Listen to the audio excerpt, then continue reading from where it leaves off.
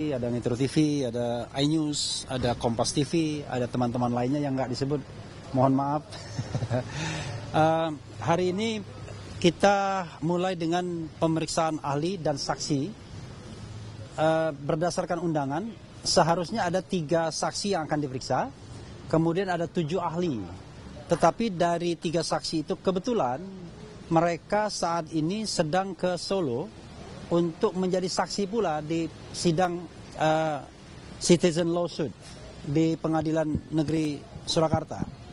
Kemudian dari 7 ahli yang dipanggil, 3 hari ini memenuhi panggilan, tetapi nanti sisanya akan dipending kira-kira sebelum akhir bulan ini. Nah, adapun yang datang hari ini adalah pertama di samping saya Profesor Tono Saksono. Beliau ahli pengukuran geodesi dan nanti akan menjelaskan bahwa apa yang dikerjakan oleh terutama Rismond Sianipar dan Roy Suryo itu adalah sesuatu yang proven, terbukti setelah beliau melakukan hal yang sama berdasarkan keahlian yang beliau miliki. Itu satu. Yang kedua, nanti akan ada juga Profesor Zainal Mutakin, seorang ahli bedah saraf neuroscience ya. Mungkin lebih banyak akan memberikan keterangan ahli untuk Dr. Tifa, karena kita tahu Dr. Tifa banyak membuat statement-statement yang didasarkan pada ilmunya, latar belakangnya neuroscience. Dia sebut juga neuroscience, neuropolitika, dan lain sebagainya yang insya Allah nanti ada pembenarannya berdasarkan keterangan ahli dari Profesor Zainal Mutakin, bahwa ilmu itu memang bisa dipakai untuk menilai perilaku dan lain sebagainya. Dan lebih jelasnya itu ada di buku Jokowi's White Paper. Yang ketiga adalah Profesor Henry Subiakto. Profesor Henry Subiakto ini adalah ahli komunikasi yang juga terlibat dalam pembuatan undang-undang ITE, informasi dan transaksi elektronik. Nanti dia akan menjelaskan bahwa pengenaan pasal-pasal undang-undang ITE dengan ancaman hukuman lebih dari 5 tahun itu tidak tepat dan ngawur. Terutama pasal 32 dan 35 Undang-Undang ITE tahun 2008 yang memang belum diubah. Undang-undang itu memberikan ancaman hukuman pasal itu 8 tahun pasal 32 dan 35 tahun pasal 12. Pasal 35 ancaman hukumannya 12 tahun dan itu sangat tidak benar ketika diterapkan untuk RRT. Karena bukan itu maksudnya, itu nanti akan dijelaskan secara gamblang oleh Profesor Henry Subiakto.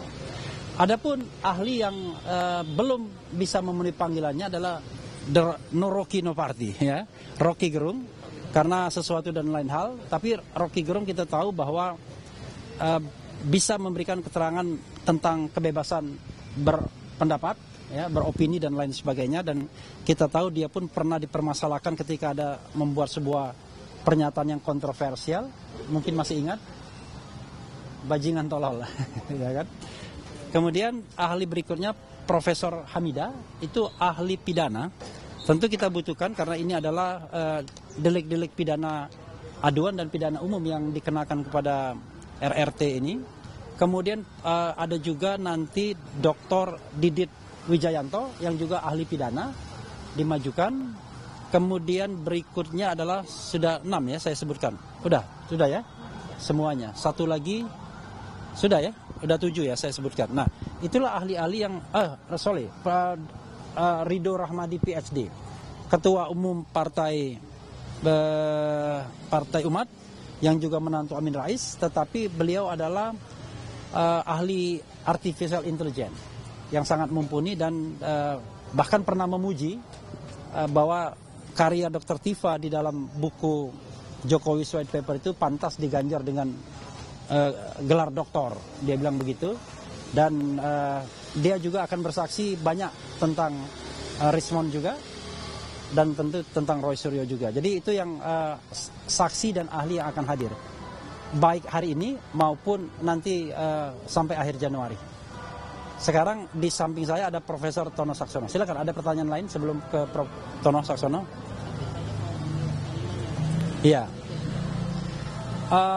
Jadi kawan-kawan semua, kita juga berencana untuk menambah ahli dan saksi bila memungkinkan.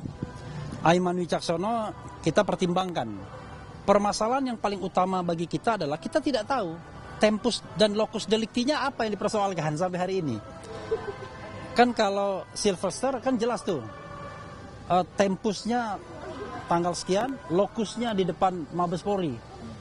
Pernyataannya, peristiwanya dia mengungkapkan soal JK dan lain sebagainya, kan jelas. Kalau ini nggak jelas, makanya kemudian kita agak bingung sebenarnya siapa yang pantas kita ajukan sebagai saksi, peristiwa mana yang oleh penyidik dimaksudkan sebagai sebuah perbuatan pidana atau peristiwa pidana yang bisa menjerat RRT. Ketika diperiksa pada 2 kali kesempatan sebelum ini ya, ketika menjadi terlapor dan kemudian jadi saksi dan terlapor, pernah disebut tentang tempus delicti tanggal 22 Januari.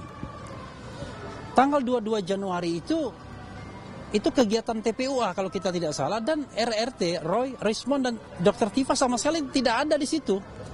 Jadi apa yang harus dijawab? Kemudian pernah juga dipermasalahkan mengenai tempus delicti pada tanggal 26 Maret. Pertama kali itu malah. Juga RRT tidak ada juga di situ. Jadi apa yang mau dipermasalahkan? Apa yang mau disanggah dan lain sebagainya. Nah, ini menurut saya ketidakprofesionalan penyidik ya, menyatukan, mengkotakkan tersangka ini, pertama menjadi satu kesatuan, kedua menjadi 2 klaster. Padahal kalau orang mau ditersangkakan, disangkakan, ya harus jelas. Tempusnya kapan, lokusnya kapan, peristiwanya apa. Nah sampai sekarang kita nggak jelas. Yang waktu digelar perkara khusus yang diberitahu ke kita hanyalah bahwa ini kejadian antara tanggal 22 Januari 2025 sampai 30 April 2025 saat Jokowi melapor ke Polda Metro Jaya. Tetapi peristiwanya apa kita tidak tahu. Dan barangkali ya dia nonton sebuah link video yang jangan-jangan dibuat oleh kawan-kawan juga atau dibuat oleh kita tidak tahu. Itu yang saya bisa jawab. Makanya apakah Aiman akan dimajukan atau tidak tergantung apakah dia mempermasalahkan sebuah rubrik di iNews yang namanya Rakyat Bersuara. Kalau itu yang dipermasalahkan, ya tentu kita akan ajukan. Kalau yang dipermasalahkan ILC seperti laporannya Pradi Bersatu, ya kita akan minta Karni Ilyas yang akan menjadi saksi. Jadi bergantung kepada peristiwa apakah yang dipermasalahkan. Ada lagi? Sudah ya? Tindak lanjut dari pelimpahan berkas. Oke. Pertama, pelimpahan berkas itu kita sudah katakan kan terlalu prematur, tidak jelas, ya. Kemudian dasar hukumnya tidak kuat. Coba bayangkan, sampai pelimpahan kita tidak tahu lokus deliktinya yang mana yang dipersoalkan untuk RRT ini, tempus deliktinya mana, kemudian peristiwanya apa, ya kan? Dan masing-masing orang pasti memiliki sebuah statement sendiri-sendiri. Tetapi bisa saya pastikan, kalau yang dipermasalahkan adalah sebuah tempus tanggal 22 Januari dan kemudian 26 Maret, sama sekali RRT tidak hadir pada kegiatan itu. Karena kegiatan itu adalah kegiatan yang dilakukan oleh tim pembela ulama dan aktivis TPUA.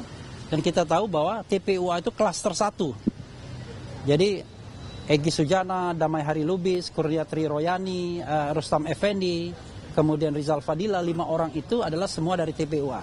Sementara klaster 2 adalah para peneliti, researcher, Roy Suryo, Dr. Tifauza Tiasuma, dan kemudian juga Dr. Rismond Hasiolan Sianipar. Itu yang bisa saya tambahkan. Rocky Gerung akan hadir nggak sih Pak? Rocky Gerung akan hadir tapi tidak hari ini. Mudah-mudahan sebelum akhir Januari ini. Tanggal 26, tepat ulang tahun saya. Padahal hari ini ulang tahunnya Rocky Gerung hari ini. Dia menghindari ulang tahun jangan-jangan. Ya, gitu. Oke. Kalau sudah saya berikan kepada Profesor Tono Saksono ya. Oke, silakan Prof. Ya, sini Prof. Silakan. Baik.